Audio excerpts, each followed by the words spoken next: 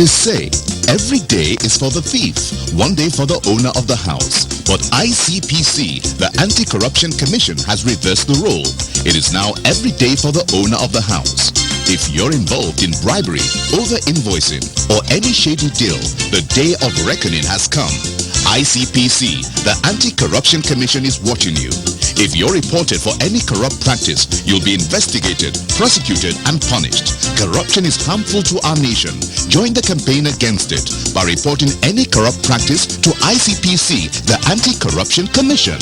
Let we join hands with ICPC, make them better. Let's make Nigeria great again. ICPC, they want you. And for corruption. Break the chain of corruption now. Don't give, don't take. This message is brought to you by ICPC, the Anti-Corruption Commission. Corruption, unarguably, remains the most daunting challenge for many developing economies, especially in Africa. It is a major obstacle to citizens' rights, which can be enjoyed through economic progress, social service delivery, and good governance generally. As Nigeria grapples with this challenge, it is important that citizens and communities are mobilized to imbibe, develop, and entrench the culture of rights-based approach to leadership accountability. Hello viewers, welcome to Corruption Must Go, ICPC's weekly television program.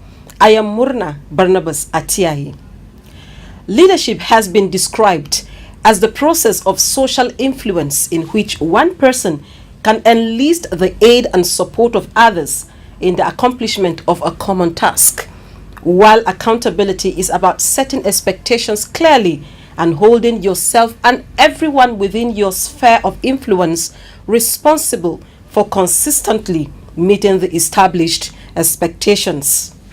Today's edition will focus our attention on how citizens can be engaged on corruption-related issues and how their capacities can be built to support good governance and the fight against corruption.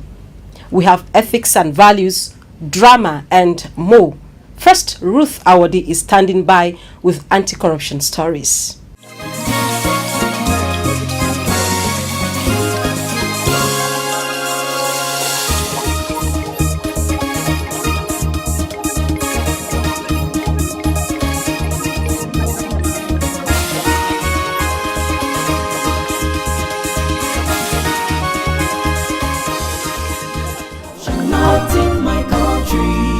You see, I don't pity those corrupt officials.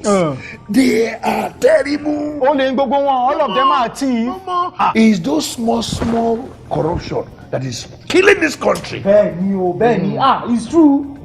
Greetings to you, sir. Greetings, my brother. From the power company. I discover you connected illegally. It's not only me. Even Baba Femi here.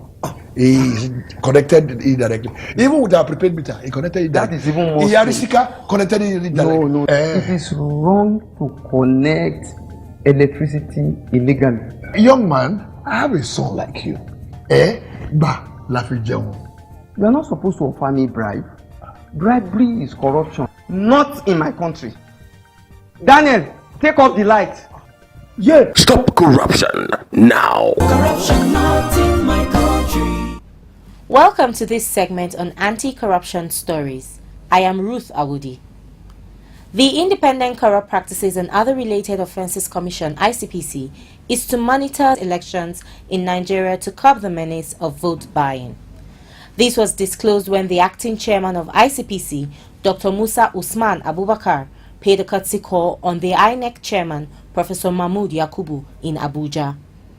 Dr. Abubakar said the visit was aimed at identifying with the Commission and the general public on the issue of vote buying. The INEC chairman, Professor Yakubu, made a special request for ICPC to deploy as many operatives as possible to monitor the upcoming gubernatorial election in Osun State. He also commended ICPC for its effort to partner with INEC to tackle the new trend of vote buying in elections. Vote buying is now in vogue in our election generally, and it is really something of concern to us, the anti-corruption agencies, and I believe the electoral body, that is the INEC. I would like to inform the public generally and the Commission that ICPC has enormous powers to deal with all cases of corruption and malpractices, including those in election. Our law under Section 6A to F, that is ICPC Act 2000, has empowered the Commission to investigate and prosecute any person involved in any act of bribery and corruption under any law that prohibits corruption. I believe the Electoral Act also provides a number of sections that deal with corruption and bribery. So vote buying is one of the corrupt practices that are prohibited under both our Act and the Electoral Act. So as I said again, the main purpose of this visit is to actually identify with what the public are concerned today. That is the issue of vote buying, and to assure the Commission here that the ICPC is ever ready to collaborate with INEC in ensuring that this particular phenomenon is either eliminated completely or reduced to the barest minimum. Thank you very much.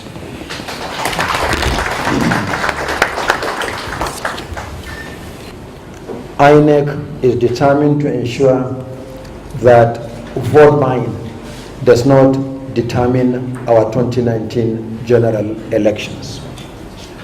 The votes cast by citizens will continue to determine who wins in our elections, and we are focusing more on the processes leading to that outcome. The outcome for any election is entirely in the hands of the voters, but we are responsible of ensuring that the processes lead to free, fair, and credible elections.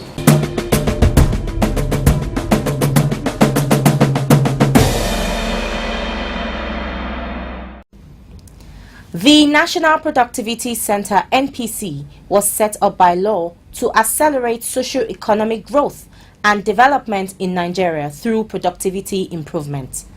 This lofty target cannot be achieved by the center if its environment tolerates opaque and corrupt practices.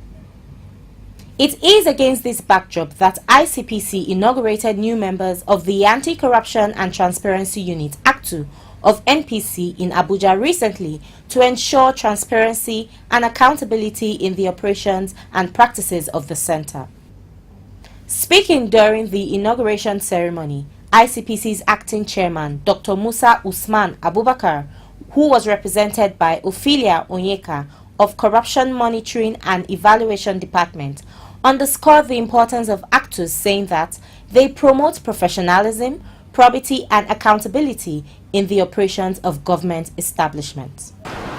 It is important that members of staff of this center are made to understand their duties and responsibilities adequately, and to imbibe a culture of transparency and accountability, which will help promote public confidence in the activities of the center. Earlier in his opening remark, the Director General of NPC, Dr. Kashim Yunusa Ako, pointed out that the establishment was doing everything within its powers to ensure that corruption does not find a breeding ground within its system. In the face of blatant corruption, as it distorts incentives, divert attention away from productive investment, and undermines excellence and hard work. That will be all on this segment. Corruption Must Go continues with Murna. Stay with us.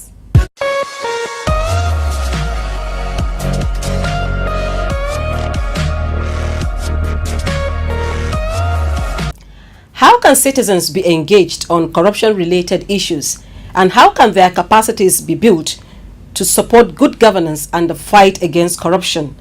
Idayat Hassan, Director, Center for Democracy and Development in West Africa, she speaks to us on the subject matter. I think it's very, very important that setting up structures of governance is not just enough. So it's not just about elections. It's not just about saying, yes, we have appointed Mr. B and Mr. C. We are now in a democracy. What is very, very important is what the citizens are actually contributing, because the citizens' roles are they have responsibilities. And of course, aside from what expectation, what they do, they also do have responsibilities to the state. And this is very, very important. But it's not just, the first thing about citizens' participation is that the quality of the participation of the citizen will definitely improve the quality of the governance. When citizens sit back and they are like, we are not interested in what happens, then of course the elected government officials are bound not to perform. But it also goes beyond that, because when we talk in terms of participation, it's a two-way thing. Because when citizens participate, when government themselves engage citizens, it allows that opportunity to build trust.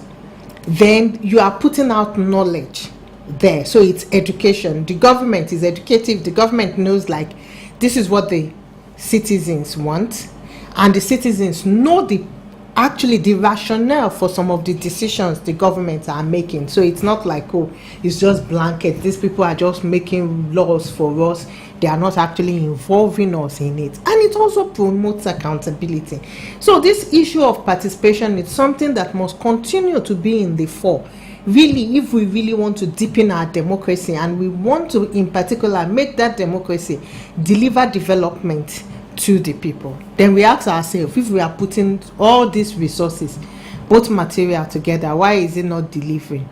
Maybe it is not delivering enough because we are not involving citizens the way they should be. Maybe our priorities are not also okay, because to actually eradicate corruption, it's not just by focusing on the politically exposed persons or financial corruption. What is the most important for us as a country is getting that behavioral change. And that is the role of what organizations like yours are doing, trying to push. And for us here at the CDD, for now, for instance, aside from our research program, we are working on what we call the social audit. And this social audit is a strategy for us, which is more of a community-driven process. We want to know what the problems are. And if these are the problems, particularly as it relates to corruption and the issue of accountability. So if people are stealing money, why are they stealing money? Why are they misappropriating money? And what in particular is the opinion of the community about it, in order to drive what the intervention should actually look at. And then important, what it's also very, very important is that unless there is a behavioral change, unless that feeling of hopelessness, that yes, we have tried A, we have tried B, we have tried C, it has not worked, is jettisoned, then we are not going to fight corruption. And that is why we have to change our strategies. How do we start looking at the Quran, the Bible, for instance, and bring out lessons from it which are anti-corruption? How do we as a people stop celebrating corruption? Because we again have this corruption thing that once it's not against us, so it is for if my brother steals, he's stealing for our community. But if he's stealing in the other community and it does not affect us, then nothing comes out of it. So we have to deal with those issues. We have to harbor corruption. We have to name and shame. We have to make sure that people in the communities do not agree, and there must be lifestyle audit also. Perpetrators of corruption are human beings. How can their mindset be changed? And how can citizens adopt the nation's integrity standards? Director General, National Orientation Agency, Dr. Garba Abari speaks on the agency's mandate in this regard. We have a broad spectrum of activities to undertake. Inculcate the love for country, it is patriotism, generate and inculcate correct, good behavior, so that we have a Nigeria of citizens that are disciplined, are honest, love their country, and of high integrity, whether at individuals or as people found in public or private service. Then thirdly, is to engage citizens. Fundamentally, it is a citizens engagement agency, the NOA. Now, in this engagement, we take specific policy objective of government.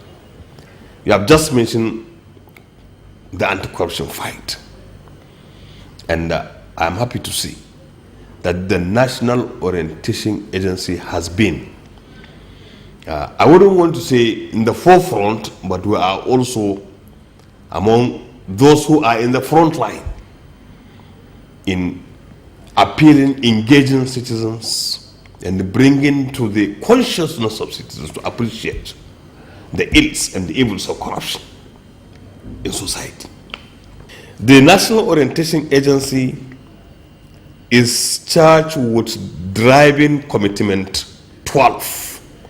Commitment 12 is citizens' engagement under the Open Government Partnership. Open Government Partnership is a partnership of which Nigeria signed onto in 2016 to encourage transparency, accountability, and openness in the conduct of government business. In fact, in openness and the transparency in all that we do, so that the incidences of corruption can be reduced. ICPC, pursuant to an aspect of its tripartite mandate, has developed and adopted an effective measure for enlisting and fostering public support in combating corruption, especially at the grassroots in Nigeria. This measure is known as the Citizens Engagement Forum. How effective has this approach been for the Commission? In the distant past, say some 25, 30 years, 40 years ago, the general thinking, maybe globally, is that punishment is the only way to stop corruption. That when you punish the offenders, then it will serve as deterrence to other would-be offenders. But in the course of time, globally, we've come to realize that that may not be enough to stop corruption. And then the world started moving in the direction of a three-pronged approach, as it were, to fighting corruption. That is the approach of enforcement of the law, which is the punitive approach. Somebody offends, you take them to court, you punish, the court punishes them. Then also, they have combined that now with prevention, which would involve going through the processes of government work, the procedures of government agencies, and assessing those procedures to see whether they are vulnerable to corrupt practices, whether there are gaps that allow corrupt practices to happen, and then to review those processes and ensure that the agencies comply with the new processes. That is prevention. That is now embedded into the anti-corruption crusade. That is part of the way to fight corruption. A third approach, which also can be deemed to be preventive as well, is the public engagement approach. That is, engaging the citizenry to be part of the crusade, engaging them in the sense of educating them against corruption, and also empowering them on the steps to take if they should witness a corrupt act or they have information on a corrupt act. So now the objective of the Citizen Engagement Forum is usually to sensitize the grassroots on what constitutes corrupt practices, and then also to provide them with avenues for reporting corrupt practices, giving them the access platforms to the Commission. Now, has this been effective to some extent?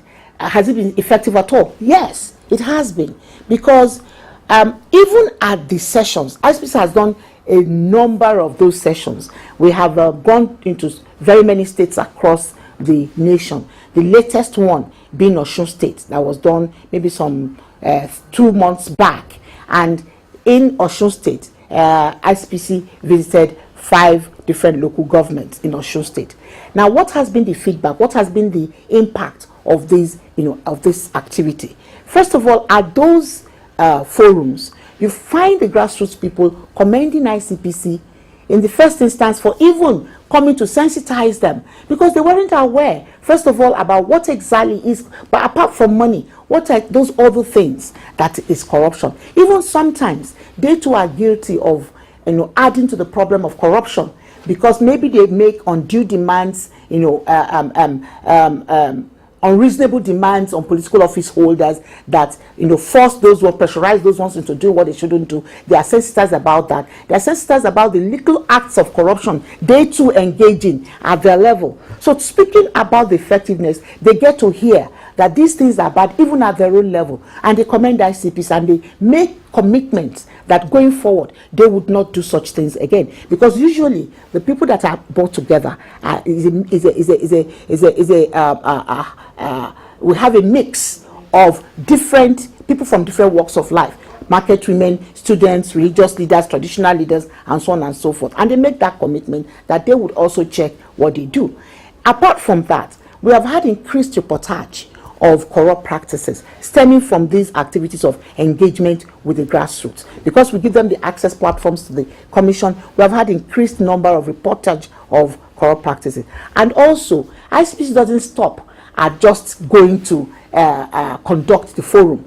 We maintain contact with them, because we collect their phone numbers, and we always regularly we send messages out to them, reminding them of their commitment, reminding them that they should continue to practice integrity as they had committed to doing. And each place we go to, we leave a souvenir behind that states, that makes a declaration of the local government's commitment, the people of that local government, their commitment to stand for integrity at all times and to make sure that they report corrupt practices to ICPC.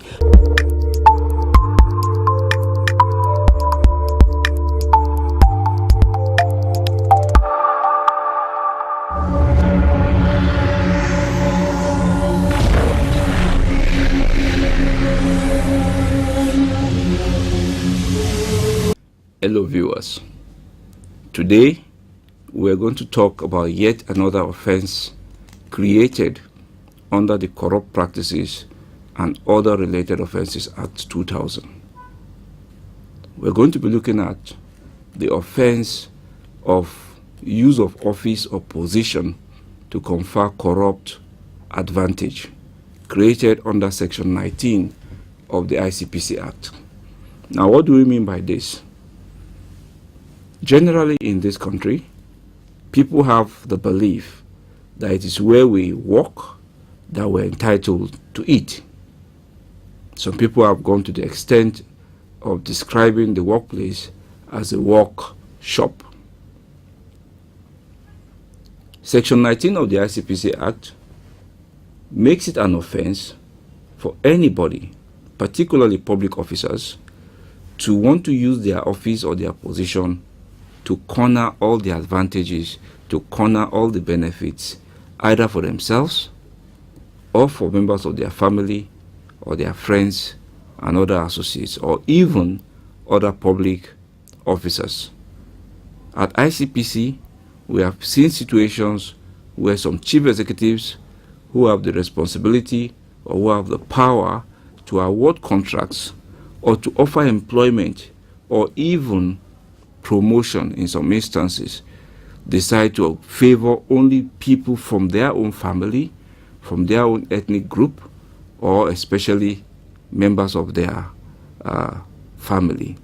We've seen instances with wives, we've seen instances with husbands, we have also seen instances with even children.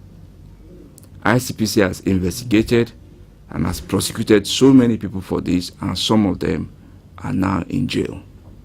The purpose of this act is to make opportunities available to every citizen of this country equally and fairly, and it is wrong for any one person to seek to corner all the advantages to himself or herself alone.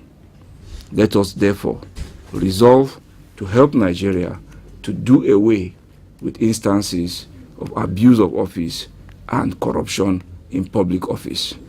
Do be careful, please. Nigeria needs you. Thank you.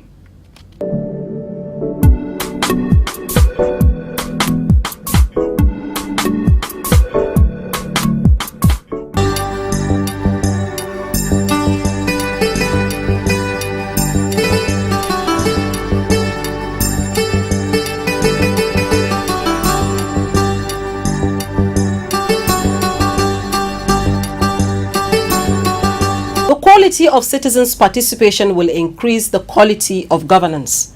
This will in turn help to build trust and accountability in both citizens and leaders. Citizens then must endeavor to stop celebrating corruption by naming and shaming corrupt people. Religious leaders must constantly identify and recommend those people in the society who are upright so as to serve as models for others to emulate. That's our package on this week's edition. Let's join hands to rid Nigeria of this canker worm. Remember, the choice is yours to make. Bye for now.